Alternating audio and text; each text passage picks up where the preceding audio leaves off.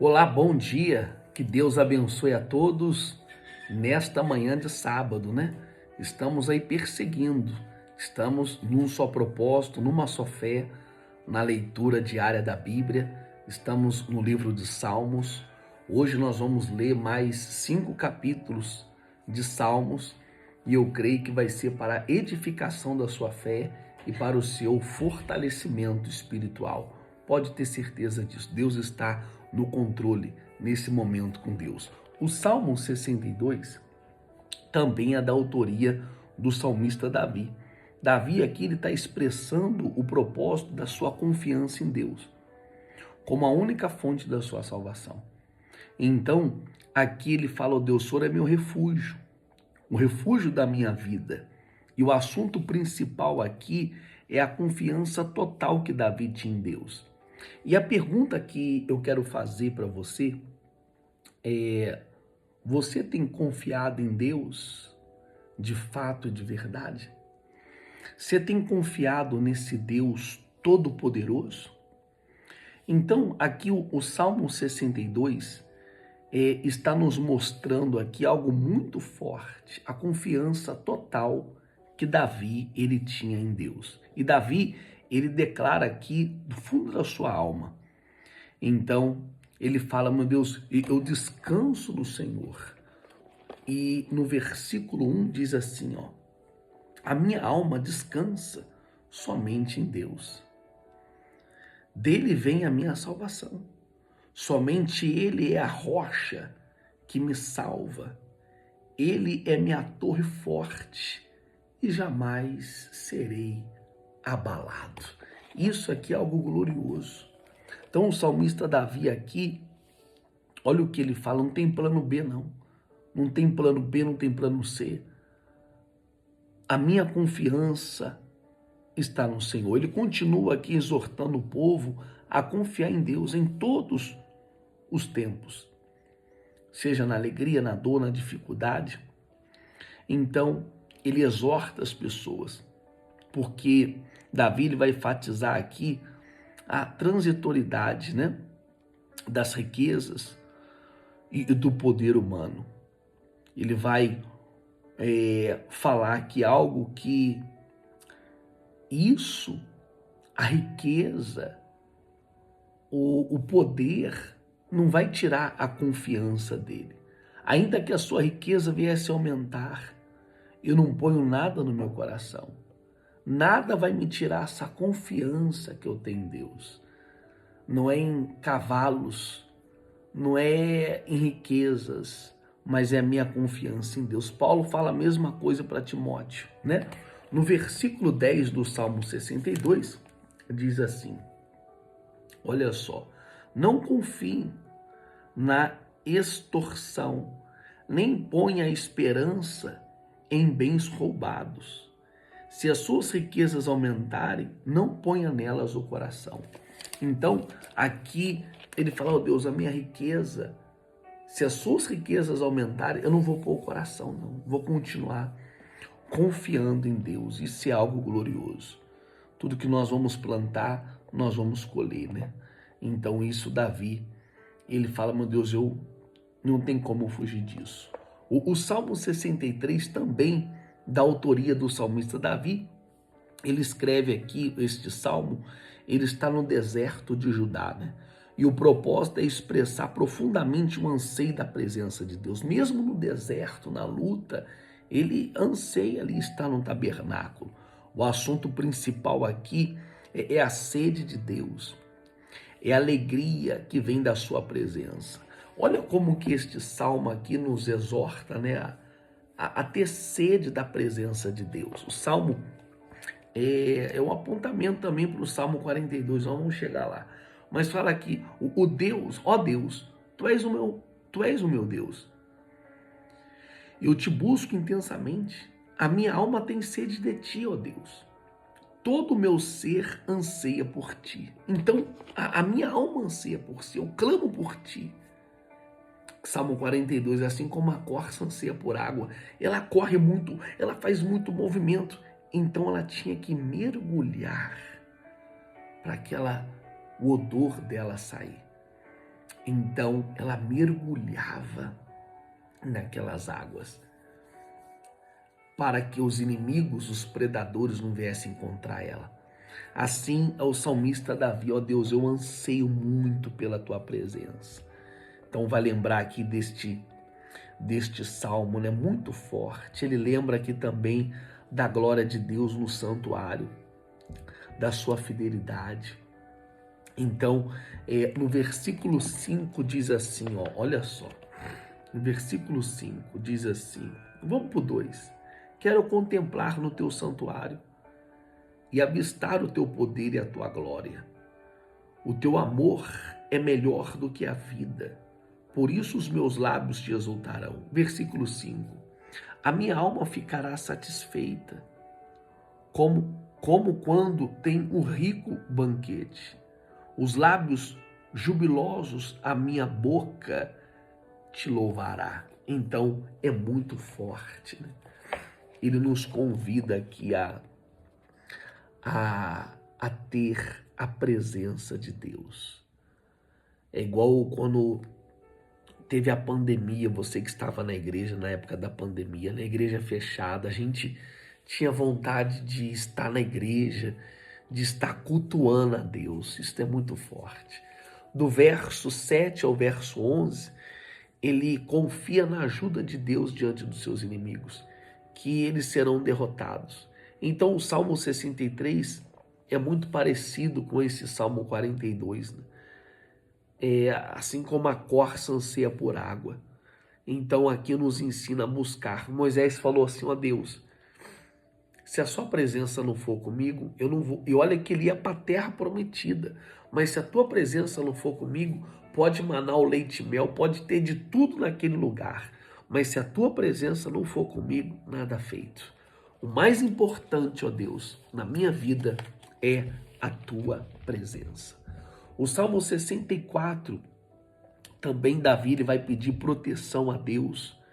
E ele confia em Deus, ele pede a proteção contra todos os seus inimigos, contra as tramas dos seus inimigos que estavam tramando contra ele. O Salmo 64, ele começa assim, ó. Ouve-me, ó Deus, quando faço a minha queixa. Protege-me a minha vida do inimigo ameaçador. Defenda-me da conspiração dos ímpios e da ruidosa maldição dos malfeitores. Então, olha, o salmista aqui, ele começa esse Salmo 64 aqui, falando a Deus. Ele descreve a maldade dos inimigos, a trama dos inimigos. Do verso 7 ao verso 9, Davi lhe confia que Deus ferirá com flecha todos os seus inimigos, né? Fazendo com que os seus planos voltem contra eles. Olha só o que diz aqui no verso 7, olha só, muito forte. Diz assim, mas Deus atirará neles suas flechas repentinamente e serão atingidos. Pelas suas próprias palavras farão cair uns aos outros. Eles estavam armando contra o povo de Deus, mas aquela armadilha seria contra eles mesmos. Davi, ele acreditava nisso. Davi, ele tinha certeza disso, muito glorioso. Então, pastor, esta oração aqui de Davi tem sentido? Tem sim. Já foi pregado, nós já ensinamos o 1 Reis, 2 Reis, 2 Crônicas, 2 Crônicas, 1 Samuel, 2 Samuel.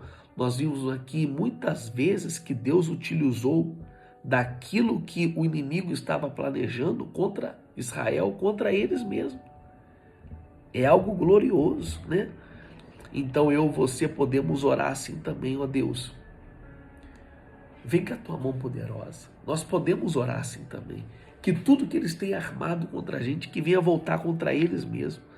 Então aqui o Salmo 64, ele continua com a exortação aos justos, para que eles se alegrem em Deus e no Senhor. Então ele está falando aqui momentos de ameaça, de trama dos inimigos, mas ele termina dizendo para que o povo viesse se alegrar. O justo tem que se alegrar no Senhor. Então Paulo também escreve acerca disso para a gente se alegrar no Senhor na dificuldade. Nós podemos se alegrar no Senhor na dificuldade. A presença de Deus é tudo. E mesmo quando vir a tristeza, você vai saltar de alegria. Até a tristeza vai saltar de alegria, porque nós confiamos em Deus, o Deus que nós servimos. Amém, não amém? Glória a Deus. Vamos para o Salmo 65. Então, ele escreve aqui esse salmo com o propósito de louvar a Deus por suas bênçãos na natureza e na colheita. E o assunto principal aqui é louvar a Deus por suas bênçãos abundante. O Salmo 65, bênçãos abundantes, ele louva a Deus. E diz assim: o louvor te aguarda em Sião, ó Deus. Os votos que fizemos serão cumpridos. Ó, tu ouves a oração, a ti virão todos os homens. Quando os nossos pecados pesarem sobre nós, tu mesmo fizeste a apropriação. Então o Salmo 65, ele começa assim, falando: eu vou cumprir os votos. Ó Deus, os votos que eu prometi vai ser cumprido. Então Davi aqui ele celebra as obras poderosas de Deus na natureza, no mundo que sustenta e enche a terra, né, de toda abundância. Do versículo 9 ao versículo 13, fala da fertilidade da terra, da bênção das colheitas. E o versículo 13 do Salmo 65 diz assim, olha só: os campos se vestem de rebanhos e os vales se cobrem de trigo. Eles exultam, cantam de alegria. Olha, é muito forte. Isso é algo glorioso. Isso é algo muito forte. Então ele termina aqui falando, né, da fertilidade da terra. Então é um convite para a gente celebrar a Deus. O profeta Joel também falou: vamos celebrar a Deus. Então aqui é muito forte que o Joel fala que a terra se encherão de trigo e os lagares transbordarão de vinho novo e azeite. E eu declaro, em o nome do Senhor Jesus, que você vai transbordar do vinho novo, do azeite, da prosperidade. Eu declaro isso. Vamos para o último salmo do dia, né? Do nosso alimento. O primeiro alimento aí desta manhã de sábado. Nós estamos nesse desafio. O importante é a gente não desanimar. Igual ontem eu li um salmo, tem dia que eu leio 3, tem dia que eu leio 2. Explico, né? Mas o importante é que eu não vou parar. Eu não vou parar. Ó, numa só fé. Tem aquela voz do cansaço: hoje não dá. Poxa, a vida está tão cansaço, sua vista está cansada, cabeça doendo. Ó, tô aqui, ó, firme e forte. Porque Deus, ele vai abençoar. O Salmo 66 não tem um autor definido, mas o propósito desse salmo aqui é louvar a Deus por suas obras e maravilhas e seu livramento, né?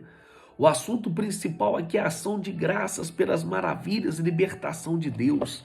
E começa o versículo 1 no 66 assim: aclamem a Deus, os povos da terra, cantem louvores ao seu glorioso nome, louve gloriosamente, digam a Deus, quão temíveis são os teus feitos, tão grande é o teu poder, que os teus inimigos rastejam diante de ti.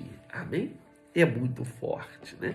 Então ele começa clamando a Deus, um clamor universal, para louvar a Deus por suas obras tremendas.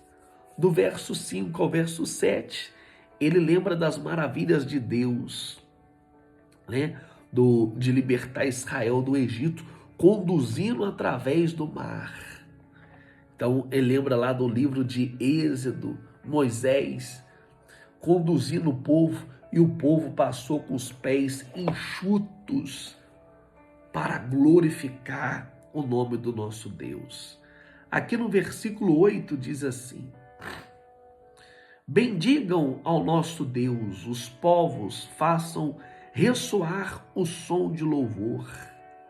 Foi Ele quem preservou a nossa vida, impedindo que os nossos pés escorregassem.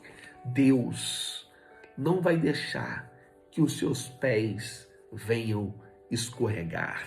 Pode ter certeza, ele exorta aqui o recomeço para a pessoa vigiar, né? Parece algo simples muitas das vezes, mas muitas das vezes estamos no automático. Deus não quer que você viva no automático, é aqui, ó, na leitura da Bíblia, é congregando. Ontem, sexta-feira, teve a célula das vitoriosas. Quinta-feira teve a célula dos conectados. Terça-feira teve o culto. Amanhã, domingo, vai ter o nosso culto. Você tem que sair do automático. Às 9 da manhã, você tem que estar com a gente. Você tem que viver a fé. Sair do automático. Deus está falando para você, sai do automático. Isso aqui é muito forte, né? Então, Davi, ele continua falando dos livramentos, aquilo que Deus está fazendo na vida dele, dos cuidados, das provisões. Deus é Deus. A gente se esforça, poxa vida, eu peço perdão pela minha falta de fé, falta de confiança, porque Deus, não é eu não, Deus tem cuidado. E muitas das vezes faço coisas que nem era para fazer, porque Deus tem cuidado. Quem me escolheu foi Deus. Deus me escolheu. Ele me resgatou, ele me ungiu. Então Davi estava falando isso também. Ó Deus, obrigado pelos cuidados, pela provisão. Era um testemunho pessoal. E todos que olharem para a nossa vida também têm que ver o quanto Deus é lindo na nossa vida e o que Deus tem feito. Por isso que o Josué ele falou assim, santificai-vos, porque amanhã, essas horas, Deus vai fazer maravilhas. Vamos santificar, vamos viver a fé, porque Deus vai fazer maravilhas. Tá certo? Vou ficando por aqui e eu aguardo por todos vocês neste domingo, às 9 horas da manhã, no grande culto de celebração. Avenida Guapira, 815, aqui no Tucuruvi, na Igreja Nação dos Vencedores. E esse culto vai ser um culto muito abençoado.